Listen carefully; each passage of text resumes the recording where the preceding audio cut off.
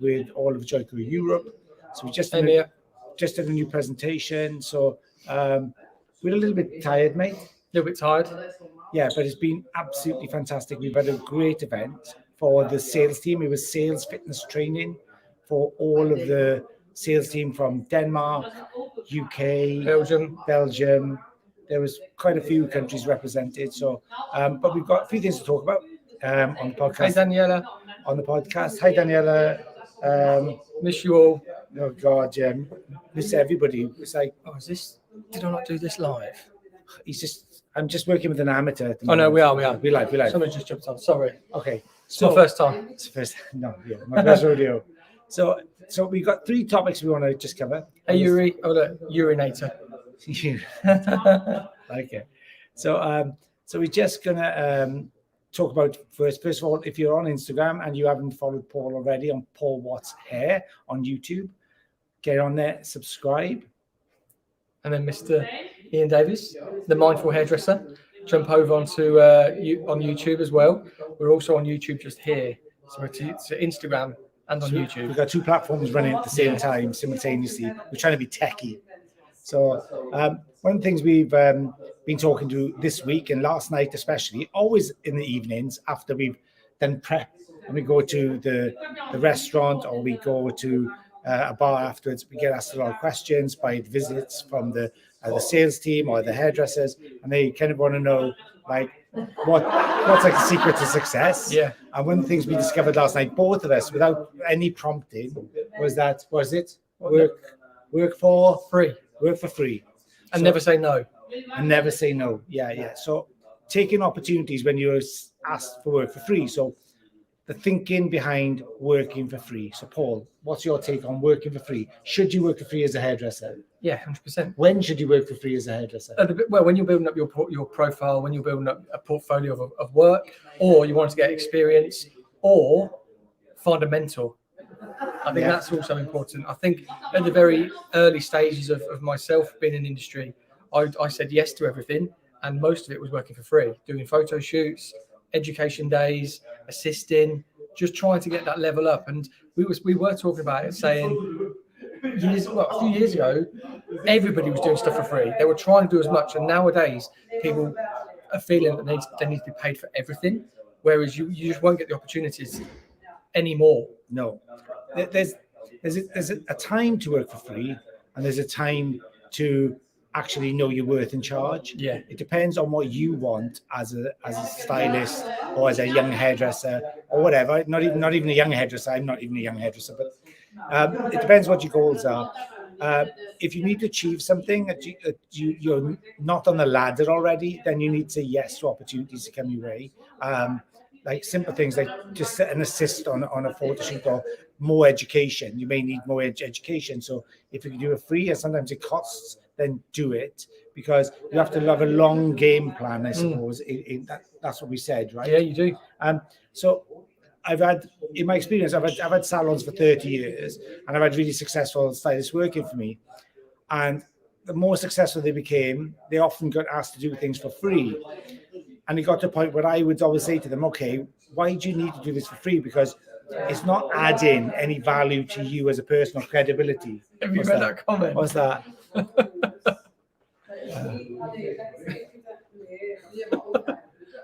Oh my God, that's the best one yet. Sorry, I'm not looking at the comment. Sorry, I couldn't stop. I've never sold pictures of my feet to anything. That's really cool. I like it. You've done that. Let's show everybody so they can see.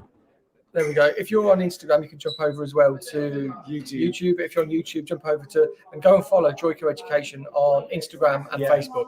So that's fantastic. Yeah. So weird people on the internet. I wasn't a weird person that bought pictures of feet, but when I would say to them, you got to know your worth. If it's adding value to you or it's making you a better stylist, then do it for free. But if people are taking advantage of you, of your position, and they want you for cheap, then that's a worth thing, and knowing your worth. Yeah. So I think that is a danger about working for free. But what other things did you do for free, and at what points in your career did you do the free stuff? So, like Lee Stafford, I went and assisted on one of the days for free, just to get that sort of foot in the door, go and assist as a rookie, as we're called at the beginning. Yeah. You're a rookie and you progress to be a staff trainer.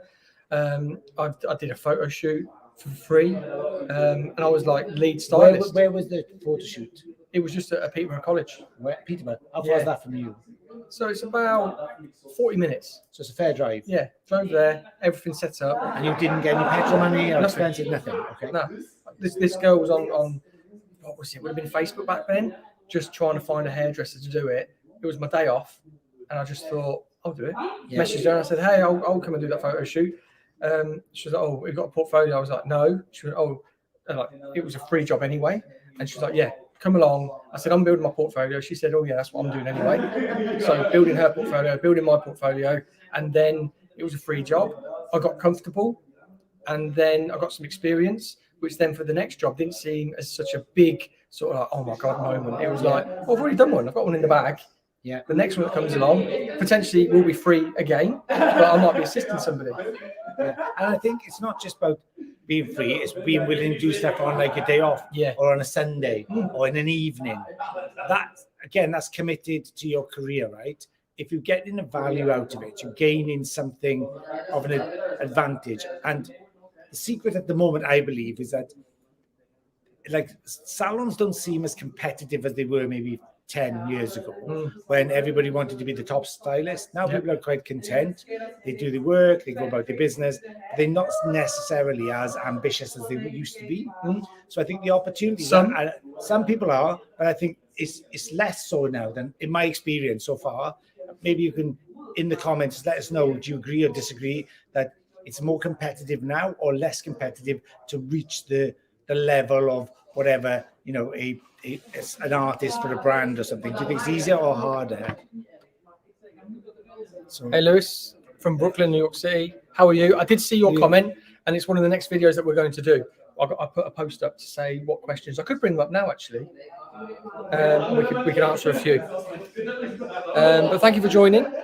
Here we go. So, do you see trying new techniques for free for practice? Do you see trying new techniques for free?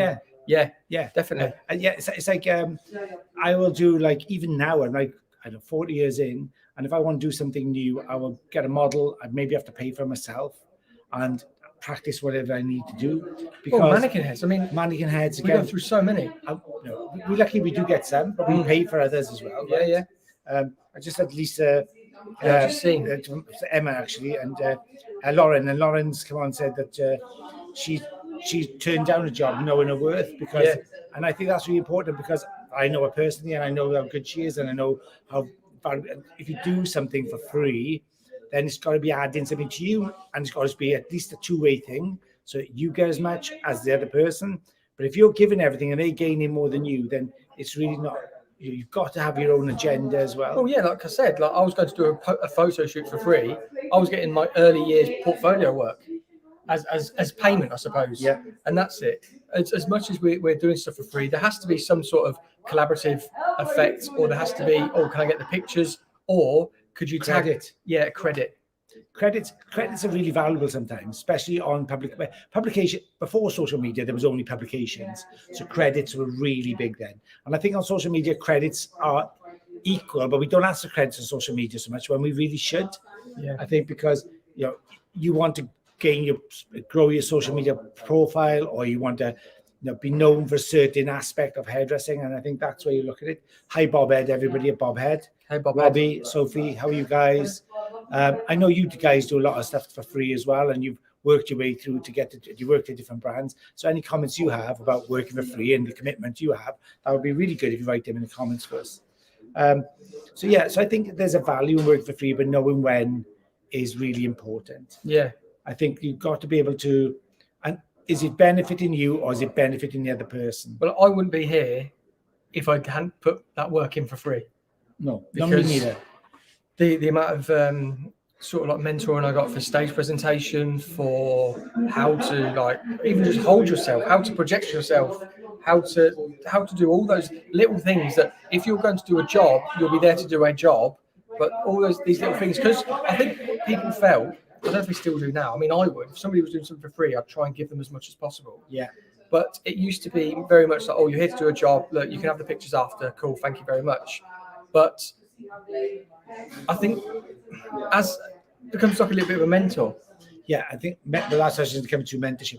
Sorry, if you hear any noise in the background, we're in Helmond. We're live from the head office, the Joico Experience Centre in Europe, and we've got all the team down below us. We've just done an event. Paul and I just finished an event for, I think, about 25 people, right? Yeah. 25 people on sales teams, sales team fitness training.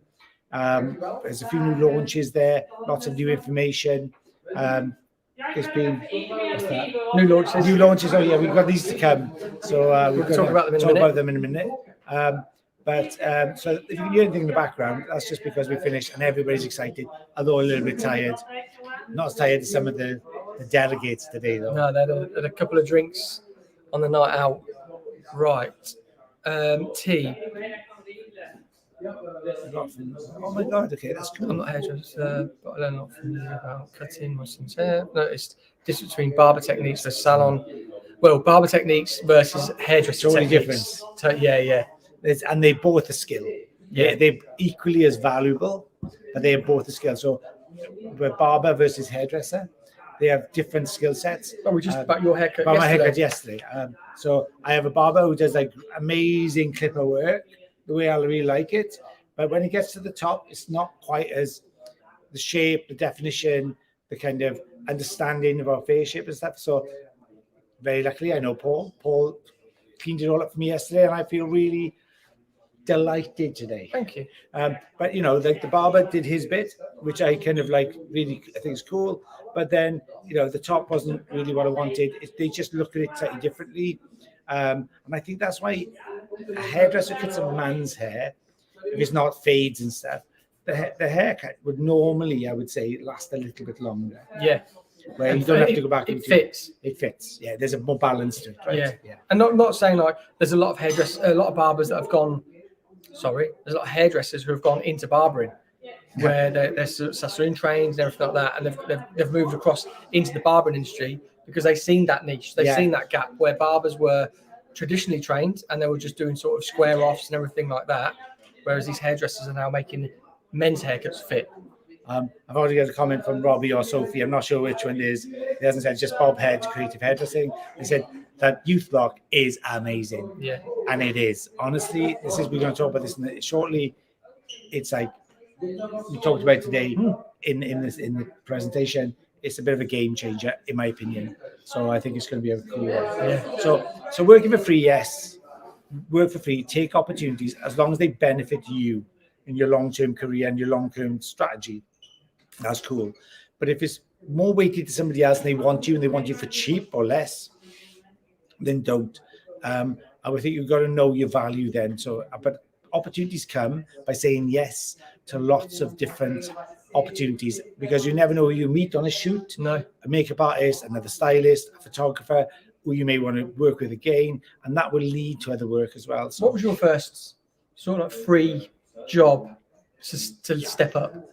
My first free job, I worked for another brand. I went to Manchester, so I drive from Cardiff to Manchester. No fuel, nothing.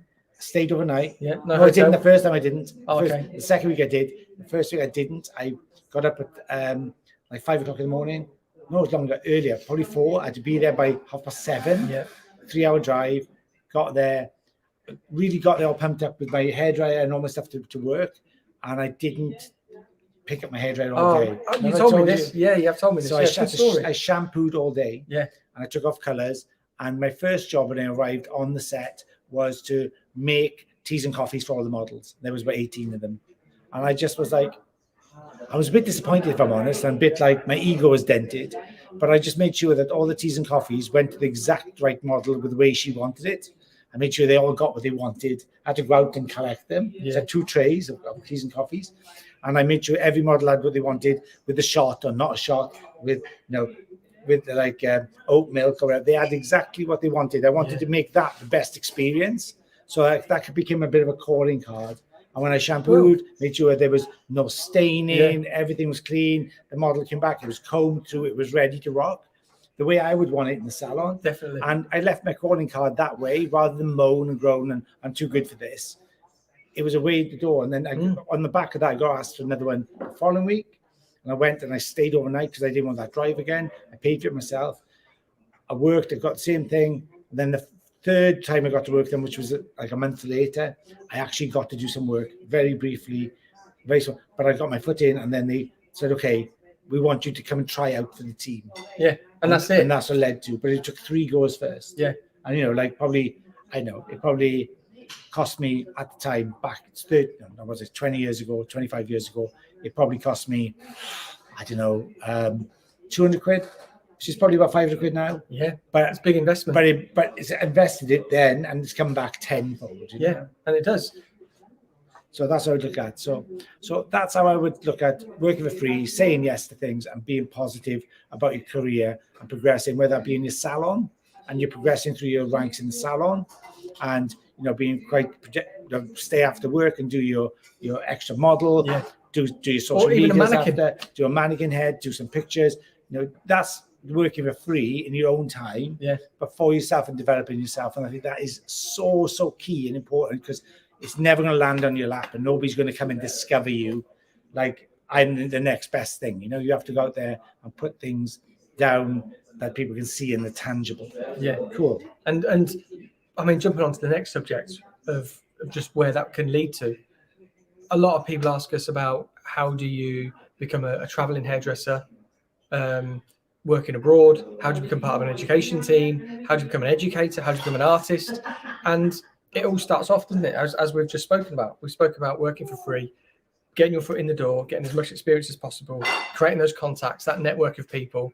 And then, like Ian said, he did that 3 times and he did it perfectly. And then they recognized it, that they would love somebody of that sort of ilk, a good attitude, to be part of that team.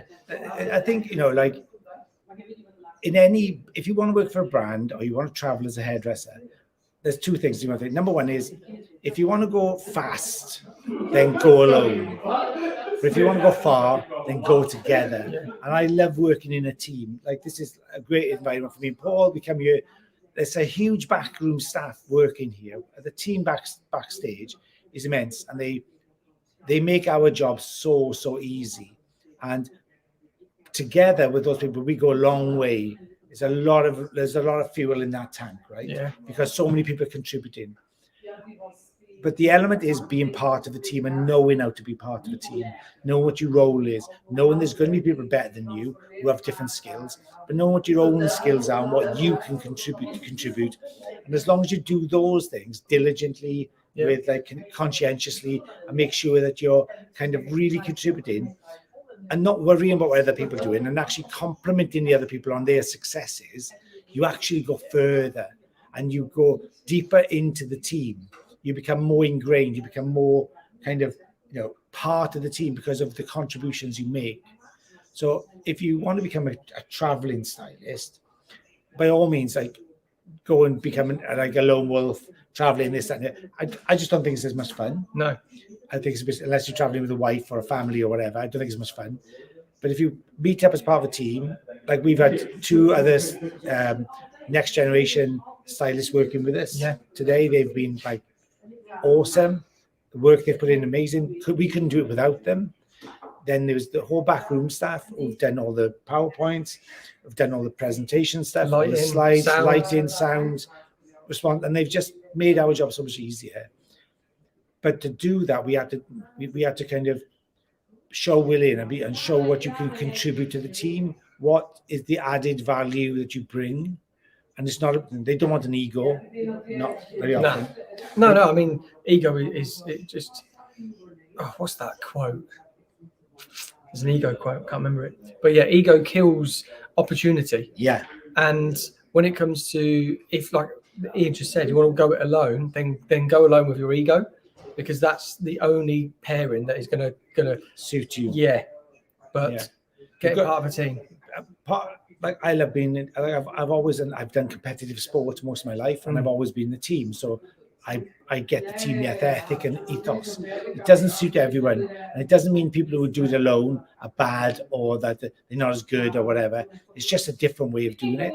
And I think that very often, like, I've seen stylists who've gone it alone, they have a successful 3 or 4 years, and then they kind of drop off. Yeah. Because it's almost unsustainable. So if you want a longer career that sustains you and you get to be part of something, then be part of a team, because at the times where you're feeling that you're maybe creatively lacking or you're just losing sort of inspiration, someone in the team will lift you up. And, you know, it works in reverse. You lift other people up and you just help each other, and you get so much stuff coming through, you know, other members of the team. It's so valuable. It seems so much has changed in the last 20 years with social media. Johnny Ross was about makeup artists, the amount of followers you have impact if you get hired. Yeah, again, that's something we've talked about, especially during the pandemic when we were doing the live and uncut, is the difference between an educator and an influencer. Both have equal value. They both have the right place in whatever industry, but I'm definitely an educator. It's not about my followers, but it's about the amount of information I can impart on the followers I do have, or the people who I really engage with. An influencer is about their character, their personality that wins over people, and people kind of love that type of personality. But the information they give is like a new salesman. Yeah. An influencer. Yeah. They try to influence you to purchase, to visit, to all engage of that. with. Yeah. Whereas an educator wants to only build you and wants to help you grow. Whereas the influencer is using their influence to then help them grow, because they will benefit from whatever they're teaching you. And as an educator will, but in a not a tangible way. So the way I always talk it is that, do you have a wheelbarrow or do you have a cart? If you have if you're an educator, I think you have the wheelbarrow, is that you put the information out front, you put the education out front, you stand behind. If you're an influencer, you stand in front and you pull the cart. So you're in front, all singing, all dancing, but behind you, you have a lot of information and knowledge that you want to share. But it's all about you front and center, whereas an educator is behind the information. Delivering it. And we spoke about today in the presentation today, we talked about social media. I've had quite a large growth on YouTube, especially on the Mindful Hairdresser. If you're not subscribed, click subscribe, like, and press the bell and get notifications, all that stuff. But thanks to Paul, I started that up back in October, and I've just come in shy of 40,000 subscribers in like just under 4 or 5 months. Mad. So yeah, it's been great. 10,000 a month. But if you look at my channel, you don't see a lot of me. You just see my hands or what I'm doing. So I'm trying to create added value to my end users or the people who are engaged with me. And I try to answer every comment, every inquiry, you know, good or bad. You know, you have to take it on the chin sometimes, and you have to engage with those people. And kind of, I want to talk to everybody that's likes my stuff or speaks about my stuff. So, but you won't see me front and center. You'll see my hands working. So that's my style. Paul's is more longer form, so he has to be in the front, but he's in front but behind his model, if you know what I mean. Yeah. So the model and the information's out in front, but he is on a longer form. So on short form, I do just see snippets of what I do, and that's worked for me, and that's been a real. Yeah, and these are the courses that we were talking about, because we've developed a course called Cut Color Content, and we've got little offshoots to it where we've actually got courses broken down into a short form course that we've done a strategy and everything to grow short form, a long form course to grow through a strategy there, but then also bringing cut color and content together. Like with cutting, Ian's obviously going to cut, and then with a clip, we'll cut the clip, and then I will color the mannequin or the model. Then I can color grade the clip, and then the content is just whether it's the model or what we're filming. It just all comes together in a nice little package where we can deliver a course super engaging that will take you on a journey. If you're a hairdresser in particular, on a journey from doing a haircut to filming it, to cutting it, to coloring it, to then working with the footage and then edit it all to create that content piece. Yeah, and then how to, in your editing, how to be clever with editing to get the most out of it, the most bang for your buck, where to put it, when to put it, how long it should be, what's the optimum time, what's, you know, like if it's not working, what you should do with it, how you should retract, then how you should replace it, or then maybe looking at, you know, how you how you look at your thumbnails, how you look at your descriptions, how you look at your titles, all those things that give you the edge, because you're kind of following an algorithm or you're following a trend and knowing what's really up to date and what gives you the most results. And that's what we've done. Yeah. I've been like a test case. And I said in 5 months, I think it's been extraordinary, like nearly 40,000 subscribers. But it's all on short form stuff. But it's led me to be monetized. It's led me to have the start of an income, which I'm really excited about. But that wasn't the aim initially. No. It was just, I think the aim was to get 1,000 subscribers by Christmas, which was like 3 months away. So I think we got 10,000 by Christmas. I think it was 15. Was it 15,000? It was 15, yeah. So we know it works, and we know it's a proven way of doing it. But again, now I'm evolving it because I'm in it now. I'm now evolving it, I'm learning. And I had a comment on my stories from yesterday because in the last 90 days I've had over 10 million views. And when I started asking people on Facebook and Instagram to follow me on YouTube, I just put the screenshot of the mindful hairdresser. Whereas one of my clients, actually, who's a friend, actually copied a link and put the link in the comments. I said, no, guys, she told me to do it. I was like, how'd you do that? How'd you even put a link in there? So I didn't even know how to put a link in there at the time. I was so technophobic. So she put the link in for me. And now she's just said, oh my God, I can't believe you couldn't put a link in the other day. And now you've got nearly 40,000 subscribers, 10 million views. How on earth have you done that? Because I know it's technophobic, but it's following the process. It's following the strategy that Paul's helped me with. Like, without him, I wouldn't have got where I've got. And it works, we know it works. So if you want to follow that, then there's a platform you can jump on with us. And we only want to speak to like 1,000 people max, right? Yeah. And then develop a group and a project from there. Closed group. So it'll be a closed group, but that's to come. We'll tell you about that in the future. Yeah. That's really good. Yeah. Now the exciting bit. Yeah. I mean, we want to be doing more of these, more product launches. It's something we've been working on in the background, where we want to try and create a bit more of like a structured content plan for hairdressers to follow. We could even make them blank so you can join your own. But what are you looking at? Just look at the comments. Sorry. Okay.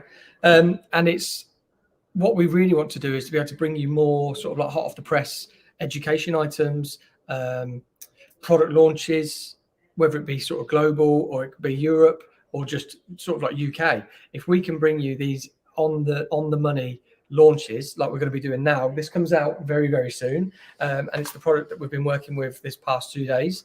One of our models was in the age bracket of it. Andrea. And we coloured her hair, cut her hair, created a beautiful story around it. She was called Growtox, a regrowth and Botox buzzwords. And what we wanted to create was excitement around the infused ingredient, which is in Ufloc, which is collagen. Yeah. And so this has been like a work in progress for about 2 months, as we know. Yeah. Maybe 2 months. So I got to use this product. What? Since using this? Yes. Oh, yeah. So I got to use this product where we were last. We had the samples, and I am of the age bracket, like it's 35 or 40. 35 to 50 plus. 50 plus, where like your hair's thinning and it's losing its vitality, it's losing its thickness, it's losing this kind of, the lipids are going, the amino acids are kind of depleting, so your hair's going thinner and stuff. But also the brittleness. And the brittleness, and where you get breakage because hairs get brittle and drier and so on. And then I used this one time, and I just felt like my hair was like brand new. Like it was like back to it was when I was in my 20s or something, like in one use. Yeah. Because of the collagen and the way it works and the actual moisturizing capabilities. And there's what oil did you say it was? Baruti oil. Baruti oil in it, which gives a lot of moisture and it gives a lot of flexibility and softness to the hair. But it doesn't complementing the collagen, isn't it? They're both... and it doesn't weigh it down. Yeah. But it just gives you this fullness, and it literally just feels like brand new. Like my hair was when I was in my 20s, and it's like I can't wait for it to come out now in the salon. I've already told my clients that kind of tend to be of the demographic of that group, the sort of 40 plus age group, and I've just been saying I can't wait for this. I can't give it to you now; it's not here, but it's going to give us a couple of months. It'll be out. You're going to love it because it's so enriching. It is, and one of the main key things to talk about is that it will help your hair feel longer. and grow longer. It's not a hair growth product, but it will stop your hair from breaking. So at that point where that hair becomes really brittle and has lost all of its sort of proteins, and then that point sort of breaks off, this will make it more supple, more give it that bounce again, but it will reduce breakage at that breakage point. So it will allow you to grow thicker, stronger hair. So Youthlock is formulated with collagen. I don't see the shine on that, but it's to help to to prevent breakage when you brush and comb your hair, which you can have when your hair becomes depleted and a little bit drier and more brittle. It has the smart release technology, which is on pretty much all of the products now. Yeah, so smart release having that extra bit of protein, arginine in there, because arginine is the first protein amino acid that we lose. Yeah. So we always put extra in there, but then the added ingredients in all of our ranges have different, but this has got infused with collagen and baruti oil. So that gives it the kind of the lustrousness, the softness, and that it gives it almost like a volumizing effect. Although it's not volumizing to make it go puffy, it just feels more fuller. Yeah, it feels more healthy. It's really difficult to explain, but when you feel it, you know it straight away. That's yeah, really cool. And it's first use. Like your first use, you feel the benefits. Whereas like with a few products, you'll use it to build something up. But with this, it's like an instant feeling.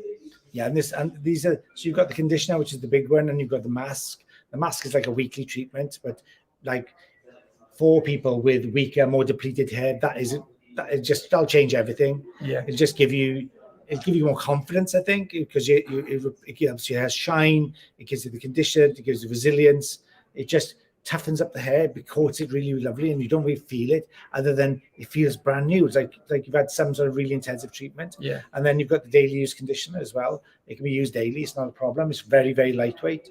Again, it enhances shine, condition, and it's super soft on your hands, and you could almost use that little hand cream if you wanted to, right? You could, yeah. But and it's for all hair types. So all hair types. But what you've got to be conscious of is if you've got finer hair, you can put it on. This is mainly the treatment, really. You can put it on, but then take it straight off, so it doesn't weigh it down. But it's from anything from like 3 to 5 minutes. If you've got thick, coarse, that really tough grey hair, 5 minutes, leave it on, rinse it off. If you've just got finer hair, you could use it first time, take it straight off, see if you feel the benefits. And then if you think you could push it that little bit more, then I would gauge it by that. Yeah, I agree. And you know, it will.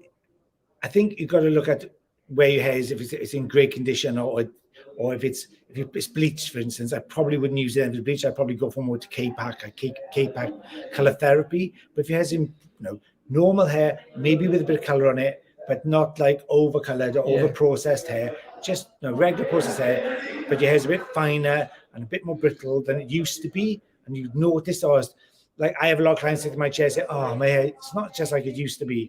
It's for those customers. If they say, oh, my hair it's gone terrible lately, that's a customer you want to look for. Yeah, and that's because of the aging process. The hair, and which is why it's from 35. So at 35, and probably a little bit before, you get a lot of people who get these grey hairs coming in. But 35 to 50, then plus, you start getting a lot more grey hair coming in. And that's when those clients, over the years of doing them, they'll have loved it. And then they start to notice these little things. Like, actually notice the difference. Yeah, it's like this hair goes like this now. It's like, I don't know why that is. It's like, because I've got a lot more grey. Or my hair's it's got wavy all of a sudden. Yeah. It's drier, or, it's just gets too puffy. It's because of all of those changes, or it's become brittle, or it's lacking moisture, whatever. So then you've got the blowout cream, which is like fantastic. It's formulated with the collagen in it as well, so it strengthens and it adds moisture, gives it more thickness to your hair, and that's like like the amount.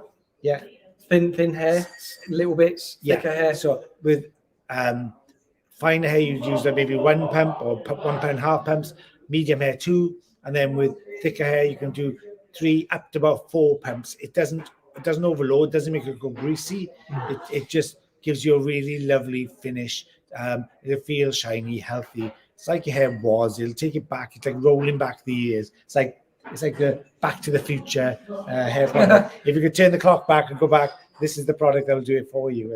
And like, I can't wait to get in the salon. I still haven't got it yet, my own salon. No, it doesn't launch. So it's on till April. So this is pre-launch. April, this is coming out, and it's going to be insane. I promise. It is a game changer for the client to say, my hair just isn't what it used to be. Yeah, this is for them. So they love that. And this is the course that we did in October when Ian started his YouTube, Beautiful Youthful. And it was designed all around UFlock and UFlock color. So UFlock retail, UFlock color, all infused with collagen. But it was all about that age group of women in particular. Me and Ian had the same scenario in the salon. We week or so apart, right? Week or so apart. Yeah. And we had a client, one in Wales, one in Kettering, UK. 200 miles apart, really. And we were just having a quick conversation. I said, oh, God, like, you've had a big hair change. What do you think people are going to say? And she said, oh, they won't care. I said, why? It's massive.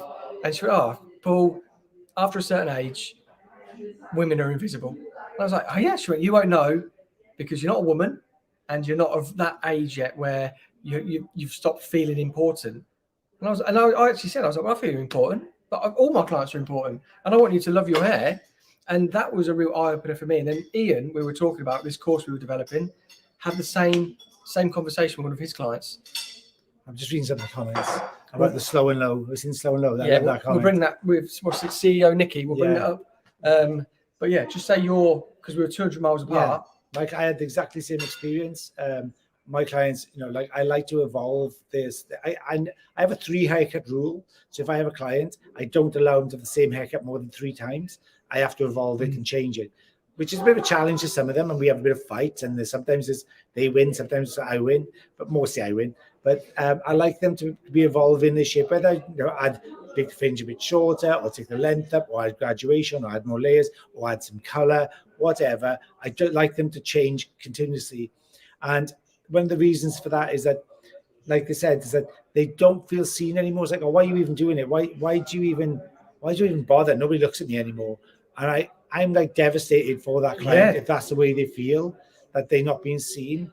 And I love an older woman that's comfortable in her own skin, has the confidence to wear whatever she wants. And what I mean by whatever she wants is whatever is suitable for her. Like I could suggest them, they say, oh, I'm too old for that. And I'm like, if I thought you were too old, I wouldn't suggest it. And it's not about your age. It means that they will actually suit you. Yeah. So I go for suitability, not because of the age. And the client will often fall into the trap of judging themselves by the age they are. If you have a client sitting in your seat and you recommend them something and they say, oh, that's too young for me. It's not too young for them. It's suitable for them. You have to explain that this will make them look and feel better. We did it with Andrea today. We did, yeah. By adding a fringe, right? Fringe, and highlights. She had highlights and a fringe, which she hadn't had before. We've known her for a little while. She's one of the models we've used regularly. And she now has confidence with us to trust in what we say. And she did look like 10 years younger, right? She did. Like that before and after picture. Before and after picture was like a game changer. You'll see it on my YouTube, on Paul's YouTube, Mindful Hairdresser, Paul What's Hair. Like, subscribe, whatever. Jump on, and you'll see the transformations. Honestly, there's some stunning transformations today, like game changers, big transformations. Big transformations. Yeah. I don't think which is the biggest one, but they were all big. Yeah, they were. I mean, I don't know. I was thinking with the blondes. The blondes were obviously, the balayage was a big transformation. Yeah. But then we took somebody from regrowth with a copper band and blonde bits already, and took her to like a milkshake blonde. It was lovely. Oh my God! Somebody's actually says it. That's so true. But and it's really sad actually when I read that you feel that people, and I think women of that generation have so much to offer, so much knowledge, so much experience, so much life, so much they can pass on. They're so valuable, and they're not valued as much as they should be in society. They're usually really good moms, or they're really good, parents. Younger people can learn from them, but also they look bloody hot. Yeah. I still think women in their 40s are really hot. Well, look at Jennifer Aniston. Jennifer Aniston. She's 50 now. Yeah, J-Lo, 55 or something. I know they're celebrities, and they've got all of this. Yeah, but if you find the right hairdresser for you, right hairdresser, right, yes, you don't need to make a fuss, but if you get the right hairdresser where you have the hair that's suitable for you, and the color suitable for you, and you're staying up to date. It doesn't have to be crazy. It can be subtle and beautiful, but you just need the suitability, and not be afraid to change things. Oh, I'm too old. You're not too old. If you have the right hairdresser and they say that it's suitable, then trust them, Yeah. Right. Just before we finish, we'll just answer a couple of questions which were here. So on dark hair texture, what product or methods are used before bleaching hair to level 9? Slow and steady every 2 weeks. Lift the hair. Nice job, the both of you. Oh, thank you. So, I mean, low and slow.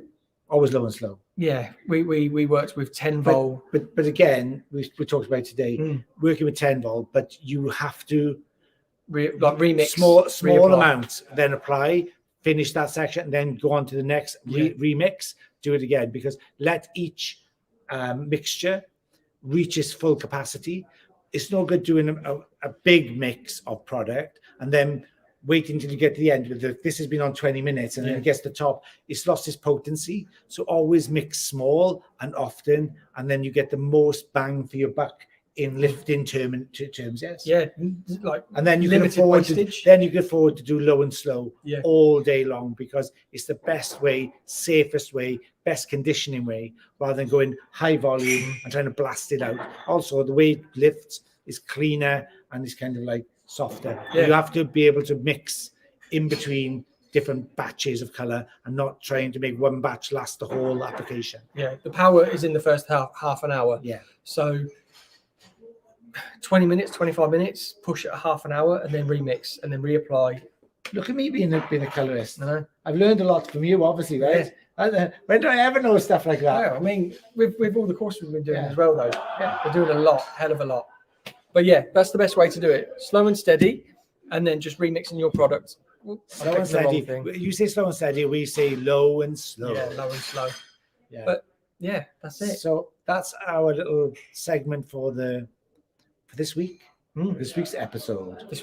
We'll break episode 2. We'll break it all down. So we've got hopefully like 3 videos in here that will go out separately as well, so you can jump back and see the best bits. But yeah, next Monday we will be back on. We were meant to do last night, but we actually worked till God knows what time last night, prepping all the models. Didn't get bed till 12, half 12. Yeah, and then up at 6:30 this morning to get started. So it's been a good, hard working couple of days. Really, really enjoyed it. It's been a pleasure. Yeah, mate. Always a pleasure. Always, mate. And a podcast where we're in the same room. Hey, I'd love it if we lived closer. Winner chicken dinner. Right? Wouldn't it be amazing? It'd be amazing. We could have a little studio. I'd have to travel up every week. Yeah, God, it'd be amazing, wouldn't it? So thanks for subscribing. Can you thanks link for watching. Ian's Instagram handle in the description? My Instagram handle. Well, you want to jump on his YouTube? It's the Mindful Hairdresser. But yeah, we can link it in the description after this video. Yeah. The Mindful Hairdresser, and then your Instagram is my Instagram is Ian DE Joico, but Ian is IJAN DE Joico _ or if you're really smart and quick, there you go, write it in there. Hang on, I've got to find it now, right? Okay. Oh gosh, IJANDE JOICO _ Can you do an underscore in there? I can't find the thing. Underscore. Gosh. But if you're really smart, you could do this. I found this technology. Oh yeah, you just put it up to the screen. I can put up the screen like this, and you can take a screenshot of that, and that will take you straight to my QR code. I'll take you straight to my channel, and that will take you straight to my channel if you screenshot that. And yes, job done. I love that QR code. Yeah. It's my game changer. You've got a tattoo of it, haven't you? Yeah, I've got a tattoo over my arm now. My own QR code on my arm. It's a good idea. Yeah, it's a good on idea. My neck. But yeah, thank you so much for watching. We've been on Joyco Education Instagram as well. So if you want to head over to there, jump on Joyco Education. This is where you find all the artists, all of the information, all the latest stuff, all the new launches. This is where you get it first on Joyco Education. Before anywhere else. Don't tell everybody. No. Well, tell everybody. Not tell everybody, but keep it a secret at the same time. Cool. Thank you, mate. Thanks. Cheers, mate. Bye. Oh, we had a comment. Oh, great. Thank you.